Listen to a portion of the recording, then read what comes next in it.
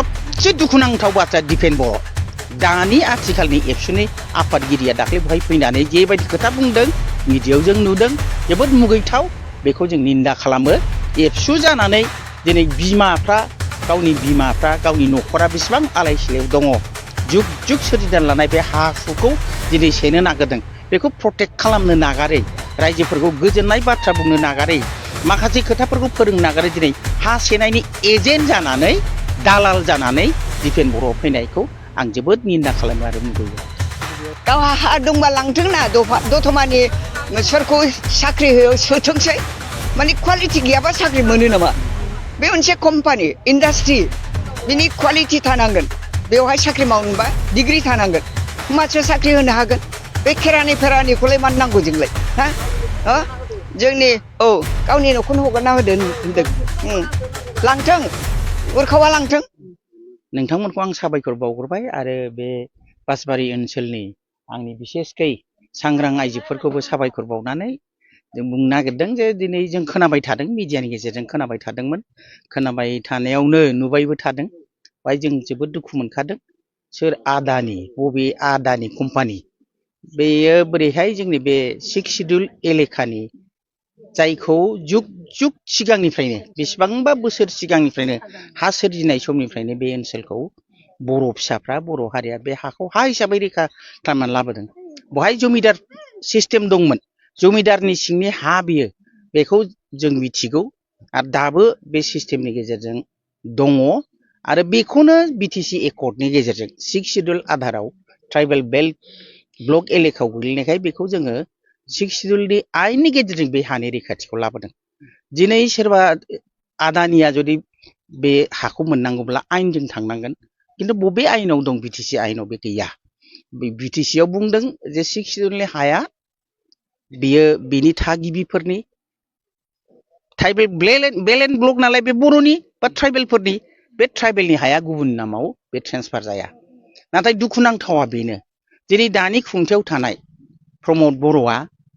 जोंनि आइ आफा रायजो राजाफोरनि मोनसेबो दुखु दाहाखौ सिन्ता खालामालासेनो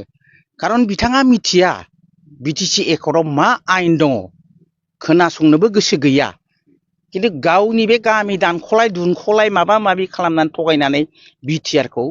बिटिआरनि मावफुंनांगौखौ मावफुंनो हायाखै दा बिथाङा ओंखायनो मोनसे सोलोनि गेजेरजों भारत सरकारखौ खुसि खालामनो थाखाय भारत सरकारनि निर्देश बादियै नरेन्द्र मदिखौ गोजोन होनो थाखाय बे ओनसोलनि हाखौ जोंनि बिखानि हाखौ बासबारिनि हाखौ बे सोमखोर समायना हाग्रा हाखौ जेराव मानसिबो थागोन जिब जुनार थागोन हाग्रानि बहायनो मावनै दाङै जागोन गथ' गथाय फोरोंगोन जिउ खांगोन बे हाखौ प्रमद बर'आ दिनै गथायनो सोलो लादों गथायनो नागिरदों आरो बेयो जोबोद मुगैथाव आरो बेयो मोनसेल' राजखान्थि गेलेनायनि बेहा इलेक्सन फैबा आखल दंखायो 2020 सनाव सान्ति सुक्ति खालामफ्लानानै बे सरकाराव फैनाय मानसि थगायनानै सोलो खालामनानै दाबो बे मोनसे रायजोखौ मोनसे भुवा प्रतिश्रुति होनो नागिरदों रायजो राजाखौ बे भटबजरा ओनसोलनि बा बासबारि ओनसोलनि रायजोनि गेजेरजों सारा बिटिसिआव बुंनो नागिरदों जे नै जों उमुक जायगायाव ओरैबायदि गिदिर कम्पानि लाबोबाय खौथि थाखानि प्रजेक्ट लाबोबाय न'खर न'खर साख्रि होनो थांगासिनो दं बिदि होननानै बे भट बिनो नागिरदों बिनि सोलोआ बेनो आरो सबसे दुखुनांथाव बाथ्रा दिपेन बर' दानि आथिखालनि एबसुनि आफादगिरिया दाख्लै बहाय फैनानै जेबायदि खोथा बुंदों मिडियायाव जों नुदों जोबोद मुगैथाव बेखौ जों निन्दा खालामो एबसु जानानै दिनै गावनि न'खरा बेसेबां आलाय सिलायाव दङ जुग जुग सोरजिना लानाय बे हा हुखौ दिनै सेनो नागिरदों बेखौ प्रटेक्ट खालामनो नागारै रायजोफोरखौ गोजोननाय बाथ्रा बुंनो नागारै माखासे खोथाफोरखौ फोरोंनो नागारै दिनै हा सेनायनि एजेन्ट जानानै दालाल जानानै दिपेन बर'आव फैनायखौ आं जोबोद निन्दा खालामो आरो मुगैयो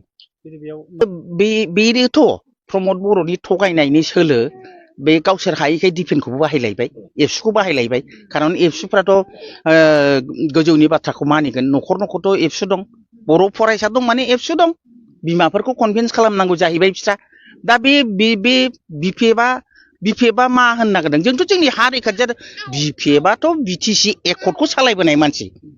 बिटिसि एकर्डनि मोनफ्रोमबो दफाखौ रैखा खालामनाया बिपिएफनि कर्तब्य हाग्रामा महिलारिनि दायित्व आरो बिथाङा बेखौनो मावो दिनै बिटिसि एकर्डआव मा बुंदों हानि रैखाथि मोननांगौ बिपिएफआथ' बेखौ मावखागोन बहाय जों सोरनोबा माबा मोनसे होनो नागिरनाय जौगानाय खालामनो नागिरनायाव जोंहा बाधा गैया डेभेलप खालामनायाव जोंहा बाधा गैया खिन्थु मानो आदानि कम्पानिजों सरकारि भाबै नोंसोर मा लाबोयो जोंहाथ' बुंनांगौ थानाय नङा सरकारिनिथ' मोनसे प्रजेक्ट नङा बे आं सालाकाथियाव थायो सालाकाथियाव दिनै एनटिपिसि दङ एनटिपिसिया सिगाङाव आसाम स्टेट इलेक्ट्रिसिटि बर्डमोन आं बिदिनो सासे एमप्लयिमोन स्कुलाव साख्रि मावोमोन आं बेखौ लाखिनो हायैयाव अगदेन कम्पानिखौ लाबोनो नागिरनायाव गिलु बालु आन्दलन जादों आब' प्रमिला रानी ब्रह्ममोना बे होबथादों कम्पानिनि जों हगारा होननानै सानसुमा खुंगुर बैसोमुसारिमोना होबथादों बिनिफ्राय बेखौ उनावहाय नैबे बिटिसि एकर्डनि गेजेरजों नेशनेल थार्मेल पावार प्रजेक्टखौ लाबोदों एनटिपिसिखौ दिनै रावबो बेवहाय साख्रि मोनाखै गासिबो कम्पानि दारै मावो सोरबा जुदि लेबार मावनोबाबो कन्ट्राक्टरनि आन्दारावसो बाहाय साख्रिनि बेबस्था गैया बे बिसिनि प्रजेक्ट नङा सोरनोबा साख्रि होनायनि आरो एलेकायाव डेभेलप खालामनायनि बाथ्रा दङ बहा खालायखो गिदिर गिदिर अफिसार फैयो गासिबो बिहारनि बेंगलनि उरिष्यानि फैयो जोंनि लकेलनिथ' अफिसारफोर गैया बहाय आदानियाबो बिदिनो जागोन कम्पानि बैथ' आरो सेन्ट्रेल गभर्नमेन्टनि आन्दारावसो सेन्ट्रेल गभर्नमेन्टनि आन्दारावखाय बेखौ बिटिसि एकर्डनि गेजेरजों बे ओनसोलखौ डेभेलप खालामनो कारेन्टखौ दिहुननांगौनि खाथियाव बेखौ लाबोनाय जादों बिटिसि एकर्डआव जेराव दं बे थागिबि जायगाखौ आदानिनि कम्पानिया पावार ग्रिड बसायनो थाखाय लाहार फाहार खालामगासिनो दं होननानै जों मोनथिनो मोनदों आरो बिथांमोनखौ फुस्लायनो नागिरदों माखासे लिडारफ्रा साख्रि मोनगोन माबा मोनगोन होननानै खिन्थु हाजों समान हानिख्रुइ बांसिन आरो मा सम्पति थानो हाबावगौ साख्रियाथ' दिनै सोरबा मोनगोन बिनि उनाव आरो दस्रा मोनलायगोन बेथ' अरायथा नङाना गतिके जोंनो रायजो राजा आइमाफ्रा बुंदों जोंनो साख्रि नाङा जोंनि हाखौ जोंनो नांगौ जों हगारा बे थांखि लानानै गोख्रोङै दं दा मोनथिनानै जों फैनाय जादों फैनानै नुफैबाय जे रायजो राजाफ्रा थिगैनो दं आरो आदानिनि प्राइभेट कम्पानिया बे हाखौ लांनो हाया खारन ट्राइबेल बेल्ट एरियानि हा बियो आरो बे फरेस्टबो दङ बेवहाय जथेस्थ' फरेस्ट दङ गतिके बेखौ बेबायदि हगारनो हाया सरकारनि मोनसे कम्पानि मोनब्ला सरकारा बेखौ मिटिं खालामनानै फरेस्ट बिफाननि डिपार्टमेन्टनि मन्थ्रिजों आरो फरेस्टनि माने अफिसारफोरखौ लानानै मोनसे बर्ड दङ बे बर्डआव डिसिसन लानानै इन्डिया गभर्नमेन्टनो हरनांगौ इन्डिया गभर्नमेन्टनो हरब्लासो इन्डिया गभर्नमेन्टआ बेखौ लानो हायो खिन्थु आरो बे कम्पानियाथ' प्राइभेटसो आदानिनिसो मोनसे बेक्तिगत कम्पानि बियो बेक्तिगत कम्पानियाव जों मानो हगारनो आरो जोंनि ट्राइबेल बेल्टनि हा बियो ट्राइबेलनि जि राइट्स अधिकार बे अधिकारनिफ्राय जों रायजो राजाखौ बिदि खर्ब खालामनानै होनो हाया बेखायनो खोनानानै मोनथिनानै जों दिनै फैनाय जादों नायफैनाय जादों जोंनि रायजो राजा बिसिबां माने गोख्रों नुबाय जे रायजो राजाया गोख्रोङैनो दं आरो बे हाखौ हगारनायनि खुनु खोथा गैया बे साख्रिखौ नाङा होनखाबायना लांथोंसै गावहा हा दंबा लांथोंना दतमानि सोरखौ साख्रि होयो सोथोंसै माने क्वालिटि गैयाबा साख्रि मोनो नामा बे मोनसे कम्पानि इन्डास्ट्रि बिनि क्वालिटि थानांगोन बेवहाय साख्रि मावनोबा डिग्री थानांगोन होमबासो साख्रि होनो हागोन बे खेरानि फेरानिखौलाय मानो नांगौ जोंलाय हा जोंनि गावनि न'खौनो हगारना होदो होनदों लांथों उरखावा लांथों सुन्दर जायगा बे ग्रिन बेल्ट बेखौ हगारनो हाया फरेस्ट दं बहाय हगारनो हाया ट्राइबेल बेल्ट